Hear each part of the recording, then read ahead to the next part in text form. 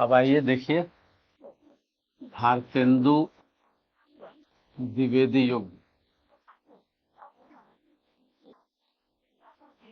भारतेंदु द्विवेदी युग, देखिए भारतेंदु द्विवेदी युग। भारतेंदु का नाम पूरा क्या है? भारतेंदु हरिश्चंद्र। इन्हीं के नाम से भारतेंदु युग। पूरा नाम क्या है? भारतेंदु हरिश्चंद्र। और इनका नाम है महावीर प्रसाद द्विवेदी।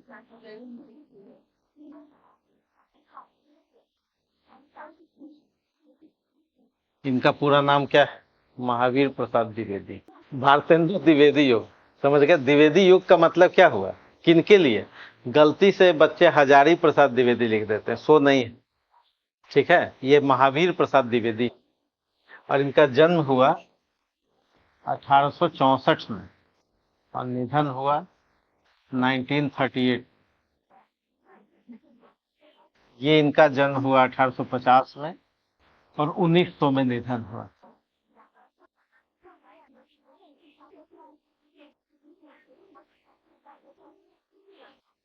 अठारह सौ पचास से 85 और फिर 1900। 35 वर्ष की आयु रही।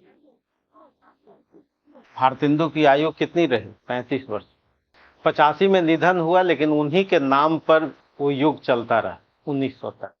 जैसे किसी के दादाजी की मृत्यु हुई और लेकिन उन्हीं का नाम चलता रहा, या उन्हीं के बताए हुए मार्ग पर लोग चलते रहे। तो भारतेंदु का निधन कब हुआ? 85 में। 35 वर्षीय आयु थी। महावीर प्रसाद द्विवेदी उनका नाम था। ये रेलवे में नौकरी करते थे, लेकिन रेलवे में इनका मन नहीं लगता था, स्टेशन मास्टर थे। इन्होंने नौकरी से त्यागपत्र दे दिया और फिर बनारस आ गए। और बनारस में इन्होंने एक पत्रिका थी, सरस्वती पत्रिका। सरस्वती पत्रिका चल रही थी, उसी का संपादन कार्य किया पूरे जीवन, 1903 से लेकर 1920 तक।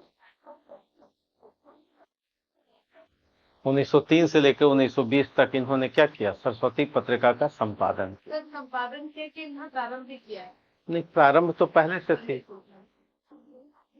प्रारंभ हुआ था 1900 से। 1903 में 3 वर्षों के बाद इन्होंने संपादक का काम इनको मिला और बहुत 17 सालों तक संपादन का काम किया। और इसी के साथ इन्होंने साहित्य के बारे में जो अपनी रुचि थी और जो सामाजिक कार्य था वो करते रहे। तो 2 अलग अलग समय। भारतेंदु युग का समय क्या है? 1850 से 1900। और उसका समय है, द्विवेदी युग का समय है 1900 से लेकर के 1918। इसका मतलब है कि इस 18 वर्षों पर इनका ज्यादा इम्पैक्ट, प्रभाव था। जीवित तो रहे बहुत दिन तक, लेकिन 18 वर्ष किसी का प्रभाव ज्यादा रहा, इसलिए उस पूरे युग का नाम हम क्या देते हैं? द्विवेदी युग देते हैं। और इस 50 वर्ष का नाम क्या देते हैं? भारतेंदु युग। ठीक है, यानी जिसका इम्पैक्ट ज्यादा रहता है जिस समय तक, तो उस युग का नाम उसको देते हैं। और ये दिया गया। तो भारतेंदु युग कहने का मतलब भारतेंदु हरिश्चंद्र का इम्पैक्ट, और द्विवेदी युग कहने का मतलब महावीर प्रसाद द्विवेदी का प्रभाव। कब से कब तक? 1900 से 1918। 1918 के बाद फिर छायावाद आ जाएगा। इसके बाद फिर कौन सा युग आ जाएगा? छायावाद, जिसका समय है 1918 से 36, 1936। तो हम लोग अगला टॉपिक पढ़ेंगे छायावाद। तो आपको विशेषता पढ़नी या प्रवृत्ति पढ़नी भारतेंदु युग की और द्विवेदी युग।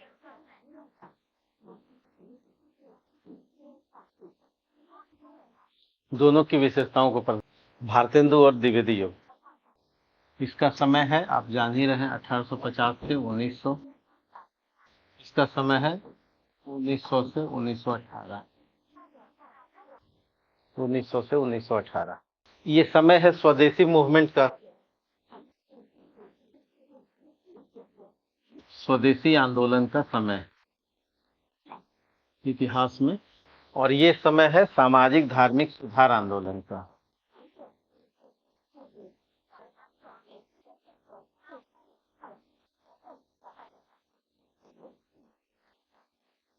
सामाजिक धार्मिक सुधार आंदोलन।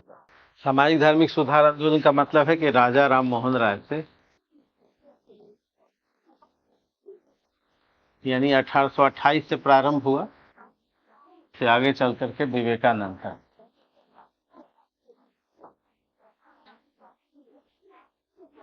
यही वो समय है जब भारतेंदु लिख रहे थे, राजा राम मोहन राय से लेकर विवेकानंद तक। और द्विवेदी युग का समय है स्वदेशी मूवमेंट। आप जान ही रहे 1900 से 1918, गांधी के आने के पहले का जो फेज।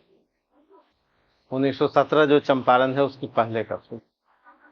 अब इसकी विशेषता जाननी है तो सबसे पहली विशेषता रटने की कोई जो, ये लोग समाज और धर्म में क्या चाहते थे? सुधार चाहते थे। तो इनकी पहली विशेषता होगी सामाजिक चेतना। कोई रटना नहीं। भारतेंदु युग की पहली विशेषता क्या है? सामाजिक चेतना।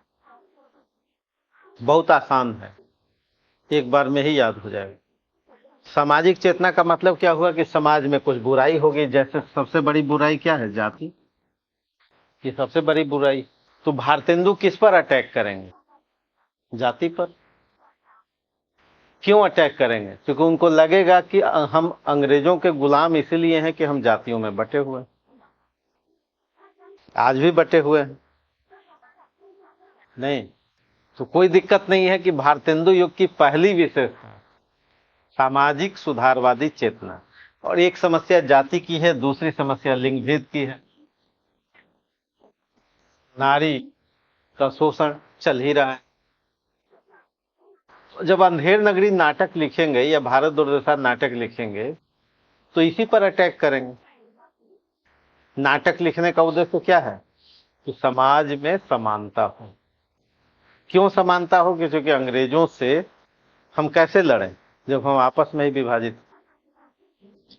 दूसरा, धार्मिक चेतना।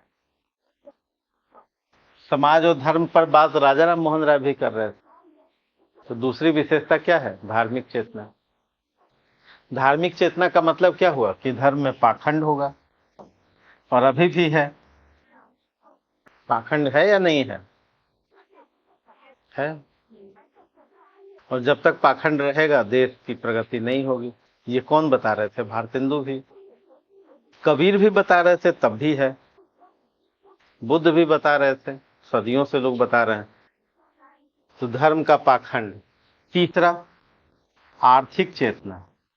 धन बाहर जा रहा है, यानी ड्रेन ऑफ वेल्थ।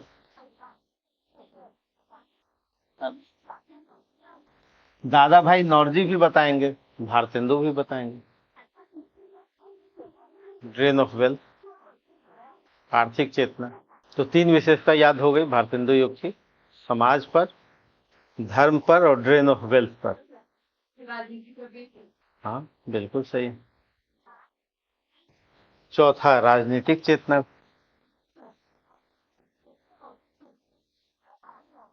राजनीतिक चेतना। नई नगरी को जंगल। हाँ बिल्कुल, अंधेर नगरी, चौपट राजा। ठीक है, हो गया, समझ में आ गया। चार विशेषता याद हो गया। पांचवी विशेषता, अभी हमारी हिंदी कैसी है? अभी तक तो ब्रज पढ़ रहे थे रीतिकाल में, अब धीरे धीरे खड़ी बोली हिंदी का विकास हो रहा है, अब ब्रज भी चल रहा है। तो इसका मतलब है कि अगली विशेषता है भाषाई चेतना। यानी लोग सोचेंगे कि खड़ी बोली में ही बात किया जाए, लेकिन अभी मजबूरी, खड़ी बोली और ब्रज दोनों चल रहा है। खड़ी बोली में सोच रहे हैं कविता बनाए, लेकिन बन नहीं रही है। ब्रज भाषा में लिखना मजबूरी है, लेकिन लोग खड़ी बोली की तरफ, गद्य की तरफ आकर्षित हो रहे हैं। क्यों हो रहे हैं? क्योंकि ब्रज से तो हम आजादी मिल नहीं पाएगी। क्यों नहीं ब्रज से आजादी मिलेगी? क्योंकि ब्रज बहुत मीठी भाषा है, श्रृंगार की भाषा। बिहारी अब तक तो श्रृंगार ही लिखते रहे, या कृष्ण भक्ति की भाषा है। तो हम अंग्रेजों को भगाने के लिए तो हमको कठोर भाषा की जरूरत। खड़ी बोली, एक ऐसी भाषा जिसमें गद्य हो, उपन्यास, कहानी, नाटक ब्रज में अब तक लिखा नहीं गया, अब लिखा जाएगा। धीरे धीरे नाटक की शुरुआत अब से होगी, भारतेंदु युग। ठीक।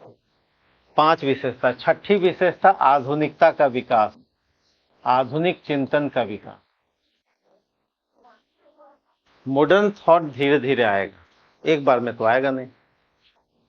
जैसे आपको हिंदी पढ़ते पढ़ते 1 साल लग जाता है, लगता है समझते समझते, और कई बार तो 5 साल लग जाता है, और कई बार तो यहाँ से लौट के जाते हैं तब भी नहीं समझ में आता। ठीक है, तो वैसे ही देश को भी आजादी में समय लगेगा। हमारा देश कैसा है, सोने वाला है। तो 1857 में थोड़ा सा नींद से झकझोरा गया, लेकिन लगा कि नहीं अभी और सोने का समय है।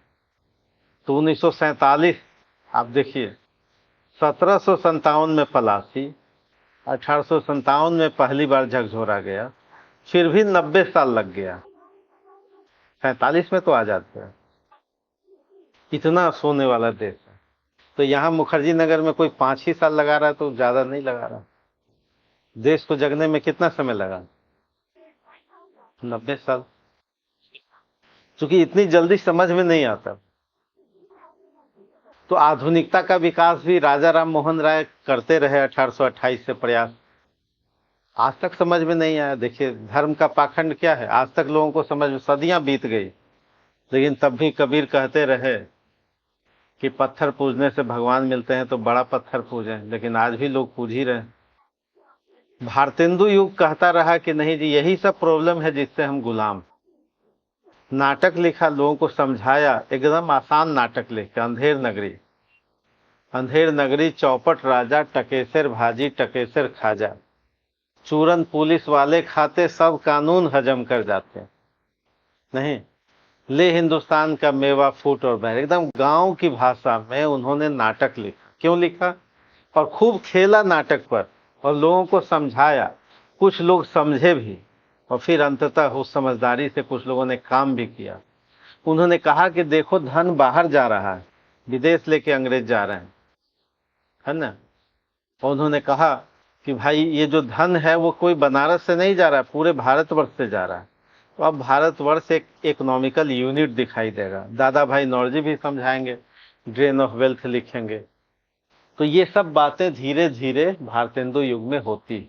ठीक है, ये बातें थोड़ा और द्विवेदी युग में भी आगे बढ़ेगा। तो द्विवेदी युग की भी विशेषता यही, सोसाइटी पर बात अभी भी होगी, नहीं कि हो गई बात, जाति खत्म हो गया, नहीं हुआ। देश तो आजाद 47 में होगा। तो द्विवेदी युग की भी विशेषता रटने की जरूरत नहीं, यही सेम विशेषता, केवल उदाहरण अलग होगा।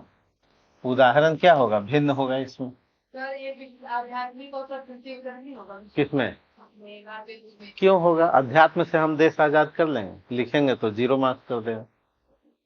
आप खुद सोचिए, कॉमन सेंस है कि अगर हम भगवान की बात करेंगे तो कोई देश आजाद हो जाएगा, नहीं। कि क्या लिखा हुआ, आधुनिकता में अब भगवान नहीं। आधुनिक चिंतन में क्या आएगा? आधुनिक चिंतन में आएगा ये सब बातें। आधुनिक चिंतन में अब जैसे आप कहेंगे पापा से कि जी भगवान पीटी करा देंगे, अब भगवान का रोल समाप्त हो। भगवान का रोल कब तक था, मध्यकाल तक। अब भगवान का रोल नहीं। इसलिए जोड़ दे रहे हैं कि हम जो समझ रहे हैं वो समझा नहीं पा रहे हैं परीक्षक को। आपको तो अंक लेने के लिए लिखना है, वहां तो निबंध था तो वही पूछा ही जा रहा था, यहाँ तो पूछा नहीं जा रहा है। आध्यात्मिकता लिखते हैं, वो समझ लेगा, धर्म अर्थ बदल जाएगा। उस सेंस में क्वेश्चन कहाँ पूछ रहा है, यहाँ तो सीधे सीधे प्रश्न कर रहा है कि भारतेंदु युग की विशेषता बताओ। हाँ, लेकिन हर चीज का अर्थ जो होता है बदलता है समय, संदर्भ और परिस्थिति में। आई बात समझ। इसलिए हर शब्द का मीनिंग बदलता है, इसलिए कौन सा शब्द हमको कहाँ यूज करना है यही तो ज्ञान पाना है। नहीं, एक शब्द के मीनिंग समय में बदल जाएंगे, व्यक्ति में बदल जाएंगे, सब कुछ बदल जाएगा। एब्सोल्यूट कोई नहीं होता, कोई शब्द एब्सोल्यूट नहीं होता। हाँ, यहाँ हर शब्दों का मीनिंग क्या है, हर काल में, हर परिस्थिति में बदल जाएगा। क्लियर हुआ। तो यहाँ पर हम लोग भगवान की बात नहीं करेंगे। क्यों नहीं करेंगे? क्योंकि भगवान के बारे में आधुनिक चिंतन ये कहता है, नीत्शे कहते हैं, जर्मनी के दार्शनिक थे, कि भगवान का निर्माण कुछ लाचार, कमजोर और बीमार लोगों ने किया। भगवान किसने बनाया? जो कमजोर हैं, जिनसे होता नहीं है, लाचार हैं। या नीत्शे ने कहा कि हमने भगवान को मरते हुए देखा है। अब भगवान करेंगे तो देश आजाद नहीं होगा। गांधी अब आएंगे, अब आपको एकजुट होना होगा। भारतेंदु कहेंगे कि भाई एकजुट होइए, 30 करोड़ हैं आप। उस समय आबादी 20 करोड़ थी, द्विवेदी युग में 30 करोड़ हो गई। तो ये क्या कहेंगे कि भाई तुम लोग 30 करोड़ हो, सब एकजुट हो जाओ, अब कोई भगवान नहीं आएंगे। इसलिए वो मानसिकता क्या हो गई, अब भगवान नहीं लिखना है। यानी अब भारतेंदु युग की विशेषता क्या है? आधुनिक चिंतन। आधुनिक चिंतन मतलब अब राष्ट्र के लिए सोचना है। अब राष्ट्र को कैसे आजादी मिलेगा? देखिए, जाति हटाइए, लिंग भेद हटाइए, पाखंड हटाइए, ड्रेन ऑफ वेल्थ को समझिए, भाषा को समझिए, एकता पर बल दीजिए, ये सब बात होगी। क्लियर हुआ? इसी बात को थोड़ा और यहाँ पर और ज्यादा डिटेल बताया जाएगा। लेकिन भाषा में अब ब्रज समाप्त हो जाएगा। अब इसकी जगह पर क्या आ जाएगा? खड़ी। द्विवेदी युग में एक ही भाषा चलेगी, वो क्या होगी? खड़ी बोली। ब्रज का एंड हो गया। तो भारतेंदु और द्विवेदी युग में आपको अंतर क्या महसूस हुआ? भारतेंदु युग में दोनों भाषाएं थी, ब्रज का द एंड। ठीक है, कुछ लोग लिखेंगे जिनका कोई सिग्निफिकेंस नहीं। खड़ी बोली। अब इसके बाद अब यहां पर क्या होगा? गद्य का भी विकास होगा। गद्य का विकास। द्विवेदी युग में इसके साथ साथ और क्या जोड़ लीजिएगा? तो द्विवेदी युग के कौन कौन सी विशेषता? 1 2 3 4 5, 5 पता चल गया। पांचवा के बाद छठा विशेषता लिखिए, नारी के प्रति आधुनिक चिंतन।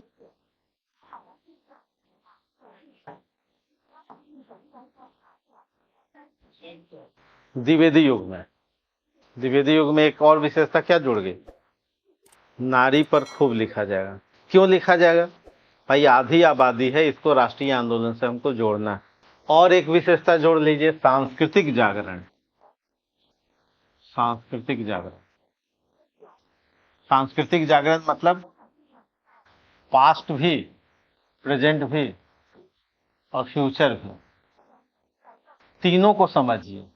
यानी हम कौन थे, क्या हो गए हैं और क्या होंगे अभी। अतीत, वर्तमान और भविष्य तीनों को जानना पड़ेगा। तो समझ गए द्विवेदी युग की कितनी विशेषता जान गए? 7 याद हो गया। भारतेंदु युग की 5। हाँ चलिए 6, इसमें 8 हो गया। समझ में आ गया? आधुनिक चिंतन। यहां तक कोई सवाल? एक बार फिर से देखो, भारतेंदु युग, द्विवेदी युग।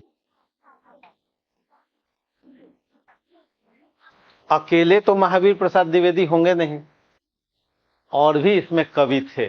जैसे सबसे पहला नाम हम लिख लेते हैं महावीर प्रसाद द्विवेदी। दूसरा नाम लिख लेते हैं मैथिली शरण गुप्त।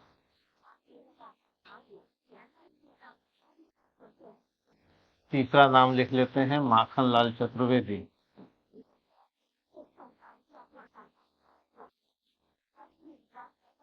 चौथा नाम लिख लेते हैं सियाराम शरण गुप्त। पांचवा नाम लिख लेते हैं नाथूराम शंकर। छठा नाम लिख लेते हैं श्रीधर पाठक। सातवां नाम लिख लेते हैं राम नरेश त्रिपाठी।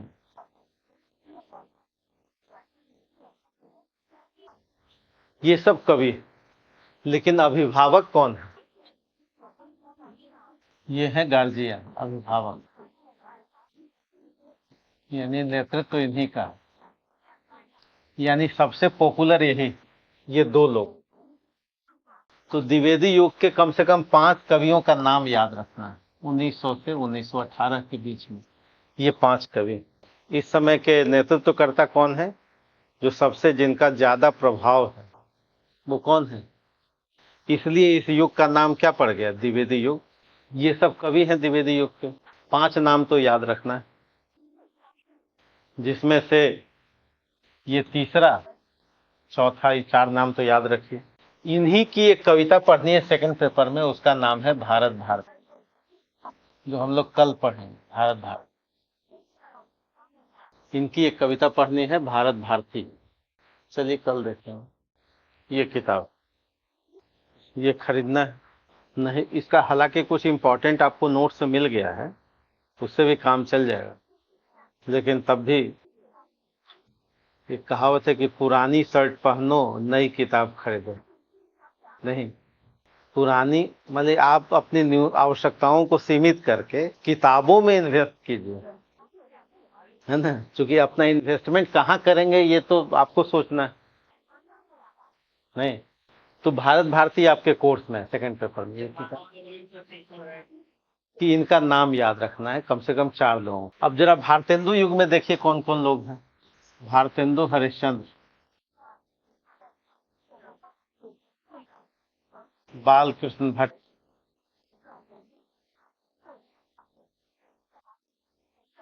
प्रताप नारायण मिश्र,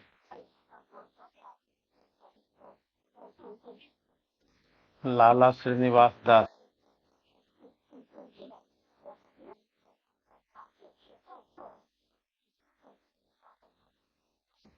केशव राम भट्ट,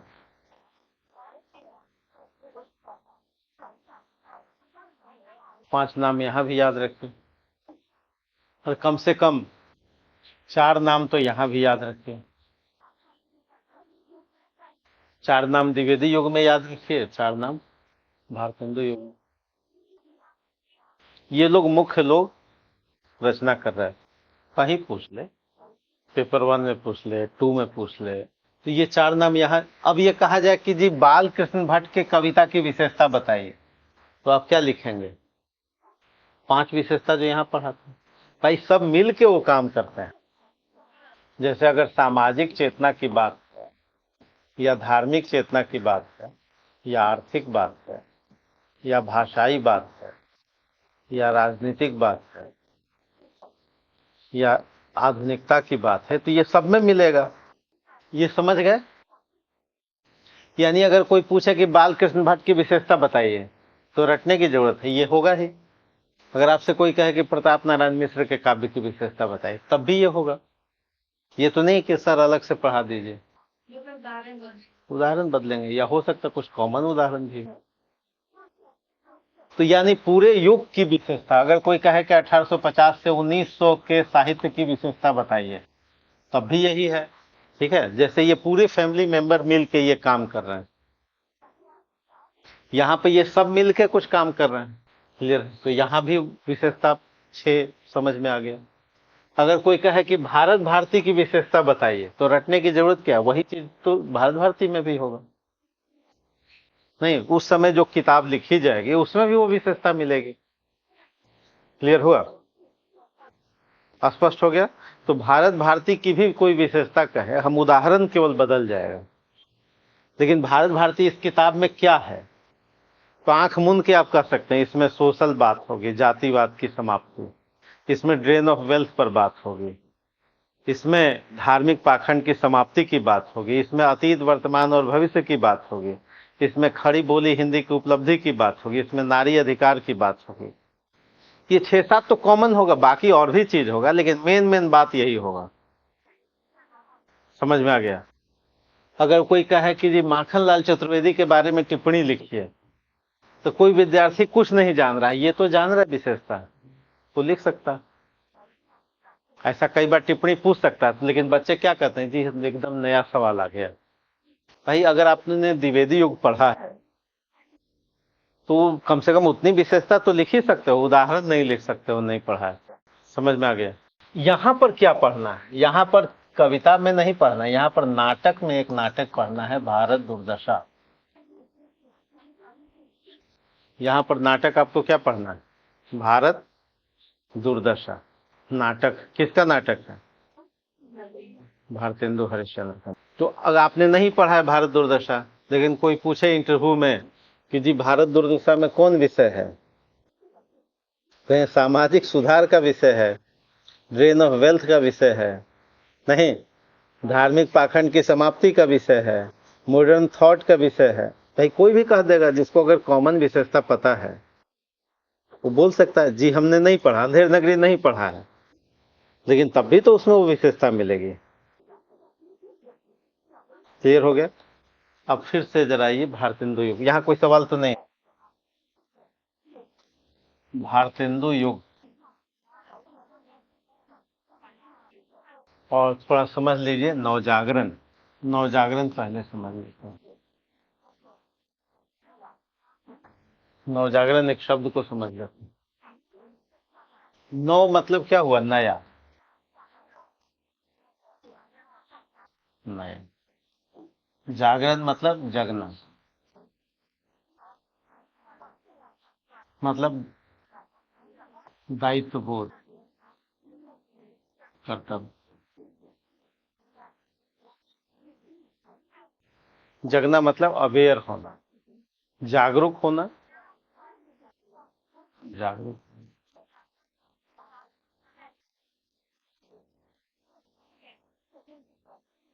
नया यानी नए तरीके से।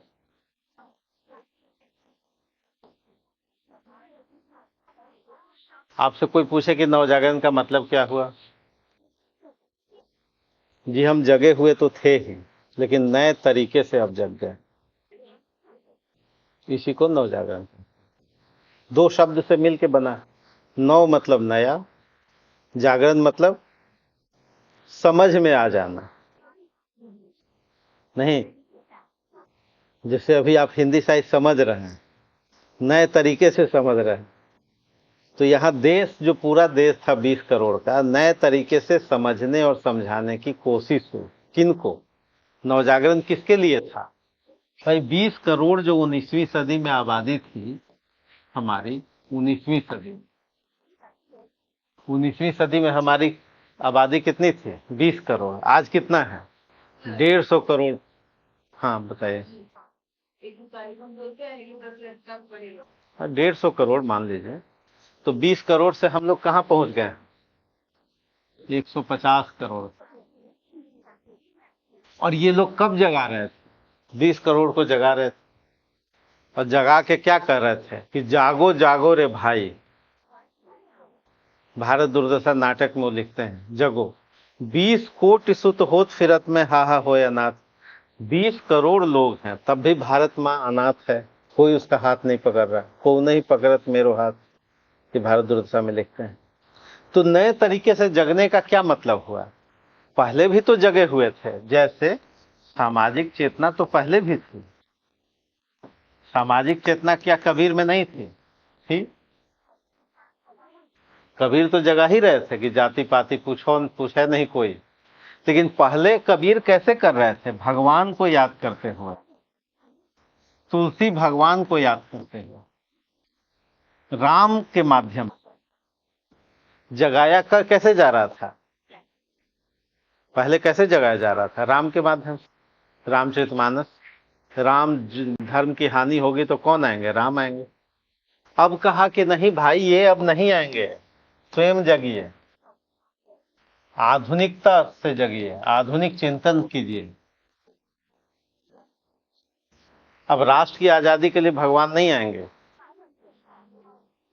आई बात, ये नए तरीके से जगना था। नया पुराना में समझ गए? पहले हमारी समस्याओं का समाधान कौन? राम को केंद्र में रख के लिख रहे थे, कृष्ण को केंद्र में, अवतार को केंद्र में, भगवान को केंद्र में। अब भगवान केंद्र में नहीं होंगे, अब राष्ट्र केंद्र में है, आप केंद्र में है, इंडिविजुअल, एक व्यक्ति से लेकर के पूरा राष्ट्र समूह केंद्र में है।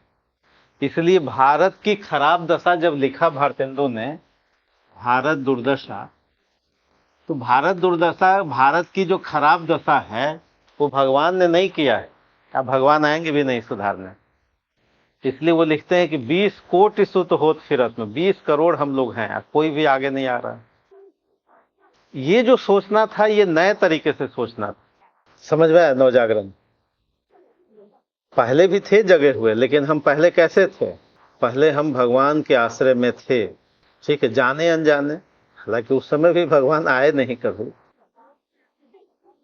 आज भी आप सोचते हैं भगवान आएंगे, द्रौपदी का लाज बचाने आ गए थे भगवान, अब कोई द्रौपदी करते रहे, आएंगे भगवान? ये तो कहानी बुरा लगता है, रियल में सोचना मुश्किल है। हाँ, ये रियल में था ही नहीं, कहानी ही तो अभी भी है। आपको कभी रियल लगता है वो तो आपकी गलती है। कहानी हम लोग बनाते ही हैं उससे आइडियल लेने के लिए। तो आप समझ गए नवजागरण का मतलब क्या हुआ, कि हम मॉडर्न थॉट के साथ जगना। और ये कैसे हो गया, आखिर कैसे हो गया? ये तो भगवान का देश है कि हो कैसे गया। कि हो इसीलिए गया कि अंग्रेज आए, और अंग्रेज आए तो अंग्रेजी संस्कृति के साथ आए, और वर्सेस भारतीय संस्कृति, सांस्कृतिक टकराव हुआ। इनके अपने विचार थे, इनका भी अपना विचार था, दोनों के बीच में क्या हुआ, तुलना हुई। अंग्रेज कह रहे थे कि जी हम सभ्य हैं, आपको सभ्य बनाने आए, व्हाइट मैन्स बर्डन थ्योरी। अब भारतीयों को, कुछ लोगों को लगा कि नहीं ठीक है भाई, अंग्रेज सभ्य हैं, आज भी हम लोग जानते हैं, आज भी मन मस्तिष्क में क्या बैठा हुआ है कि गोरा रंग अच्छा होता है। तो गोरा रंग कहाँ से अच्छा हुआ, कहाँ से अच्छा हुआ? अंग्रेज थे गोरे, अंग्रेज थे गोरे। ठीक है, तो दोनों संस्कृतियों में क्या हुआ, विचार विनिमय हुआ, और दोनों में समझा। राजा राम मोहन राय ने दोनों को पढ़ा, इंडियन कल्चर को जानते ही थे और अंग्रेजी संस्कृति को भी पढ़ा। तब उन्होंने कहा कि नहीं, इसमें भी कुछ अच्छा है और इसमें भी कुछ बुरा है, यानी इसमें प्लस माइनस दोनों है, यहां भी प्लस माइनस दोनों है। तो भारतीयों का काम है कि दोनों का प्लस ले, निगेटिव को छोड़े। हमारा काम क्या है, जैसे आपके गार्जियन क्या कहते हैं, भाई उससे अच्छी चीज ले लो। तो राजा राम मोहन राय ने भी यही कहा कि भाई भारतीयों में भी कुछ अच्छा है, लेकिन अंग्रेजों का भी कुछ अच्छा है, उनका अच्छा लो। इसलिए उन्होंने, हम राजा राम मोहन राय को कहते हैं आधुनिकता का अग्रदूत। नहीं कहते ना भाई, राजा राम मोहन राय 18 ब्रह्म समाज की जो स्थापना हुई, उन्होंने कहा कि दोनों संस्कृतियों में कुछ अच्छे, जैसे हमारे यहाँ सती प्रथा है तो बेकार है, उन्होंने विरोध किया, धर्म का पाखंड बेकार है। लेकिन वो अगर समय के पाबंद हैं, अगर वो आधुनिक शिक्षा की बात करते हैं, अगर वो सभ्यता की बात करते हैं, तो अपनाइए उनसे। और गांधी जी ने भी यही कहा कि भाई हम अपनी खिड़कियां खुला रखेंगे, आए तो हवा, लेकिन दरवाजे बंद रखेंगे। कहने का मतलब क्या है कि अंग्रेजों में कुछ अच्छा है वो लीजिए, खिड़की खोल के रखिए, बंद करके मत रहिए। ठीक है, तो नवजागरण का मतलब क्या हुआ? नवजागरण एक वैचारिक चिंतन है जिसमें हम अपनी इंटरनल प्रॉब्लम को भी समझते हैं और एक्सटर्नल अच्छाइयों को भी समझते हैं, और दोनों से बेहतर लेने की जो प्रक्रिया है उसी को नवजागरण कहते हैं। तो लिखिए नवजागरण क्या है। देखिए, नवजागरण भारतीय एवं पश्चिमी दो संस्कृतियों की, भारतीय एवं पश्चिमी दो संस्कृतियों की, भारतीय एवं पश्चिमी दो संस्कृतियों की वैचारिक टकराहट से, भारतीय एवं पश्चिमी दो संस्कृतियों की वैचारिक टकराहट से उत्पन्न एक रचनात्मक चिंतन है, एक रचनात्मक चिंतन है जिसमें आंतरिक एवं बाहरी सीमाओं और शक्तियों को, सीमाओं और शक्तियों को तार्किक धरातल पर पहचानने की कोशिश है, तार्किक धरातल पर पहचानने की कोशिश है, तार्किक धरातल पर पहचानने की कोशिश है। समझ में आया?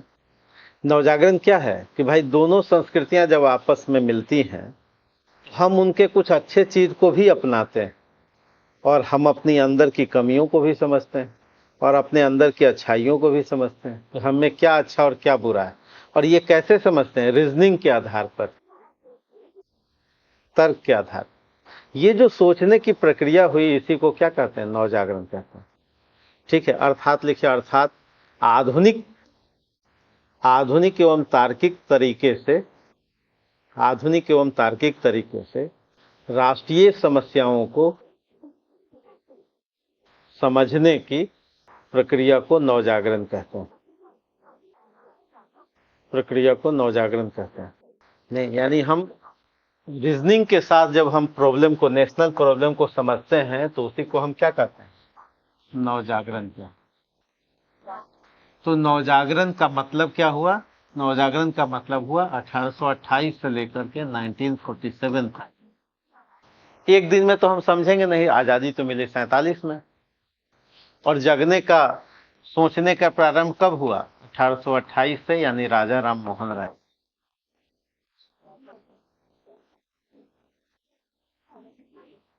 तो राजा राम मोहन राय को भी क्या कहते हैं? नवजागरण कहते हैं। यहाँ को हम पुनर्जागरण कहते हैं। जीएस में क्या पढ़ते हैं? पुनर्जागरण पढ़ते हैं, पढ़ा होगा अपने जीएस में, पढ़ाया गया होगा। सामाजिक धार्मिक पुनर्जागरण पढ़ाया है। कहाँ से शुरू हुआ? राजा राम मोहन राय। दूसरा भारतेंदु युग, तीसरा द्विवेदी युग, चौथा छायावाद, यानी 1918 के बाद गांधीवाद। ये 1900 से 1918, ये 1850 से 1900। ऐसा लगा कि जैसे राष्ट्र ने 4 अटेम्प्ट में आजादी पाई। नहीं, ये पहला अटेम्प्ट था पीटी का। दूसरा, तीसरा, चौथे में जाकर के राष्ट्र को क्या मिली? आजादी मिली। तो नवजागरण का पहला फेज ये है, दूसरा फेज ये, तीसरा फेज ये, और चौथा फेज ये। यहाँ पर जो किताब आई कामायनी आपके कोर्स में है, राम की शक्ति पूजा कोर्स में है, तो यहाँ भी नवजागरण पढ़ने को मिलेगा। सवाल पूछा जाएगा कि कामायनी में नवजागरण के तत्वों को बताइए। राम की शक्ति पूजा में भी सेम सवाल आएगा। यहाँ भारत भारती पढ़ना है तो यहाँ भी वो सवाल आएगा। यहाँ पर भारत दुर्दशा पढ़ना है तो इसमें भी सवाल आएगा। क्योंकि सब जगह नवजागरण का प्रोसेस है, लेकिन थोड़ा बदलते हुए फेज में।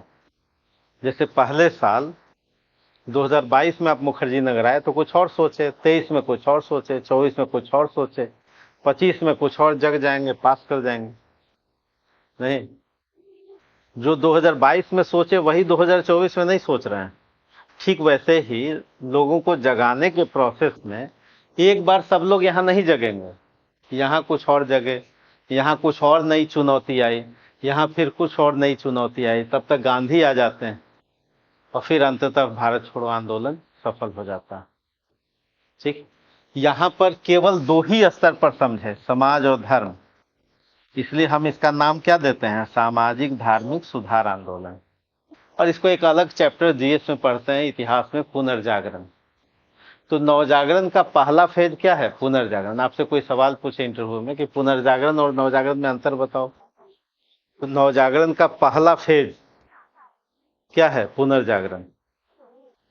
ठीक है, और मैथ्स की भाषा में ऐसे करेंगे, ये पूरा नवजागरण है, इसी में पुनर्जागरण। तो इसका मतलब है कि छायावाद और नवजागरण, बहुत बार सवाल पूछा गया, रिपीटेड सवाल, छायावाद और नवजागरण पर निबंध लिखिए। लेकिन ये नवजागरण तो गांधी के साथ है, निराला और प्रसाद के साथ। इसका मतलब है कि ये सब काम हो चुका है। नहीं, हम 1-2 बार ये कोर्स पढ़ चुके हैं, यही मतलब हुआ। अब आगे हम क्या कर रहे हैं? और आगे बढ़ रहे हैं। तो छायावाद में नवजागरण का अंतिम चरण है, यानी बहुत कुछ हम आजादी के लिए कर पाएंगे। यहाँ पर अभी बलिदान की का कोई गीत नहीं है, यहाँ पर सेक्रीफाइस का कोई गीत नहीं है, लेकिन वहां पर न्यौछावर कर दे हम सर्वस्व हमारा प्यारा भारतवर्ष, एक दिन में कोई बलिदान नहीं देता। तो यहां तक आपको कोई बलिदान का गीत नहीं नजर आएगा, इतना पूरा। बलिदान की बात कहाँ नजर आएगी? उधर। यानी हम धीरे धीरे और मैच्योर होंगे, अपने को समझेंगे, अंग्रेजों को समझेंगे। यहां तक तो कुछ लोग समझ रहे थे कि अंग्रेज ही अच्छे हैं।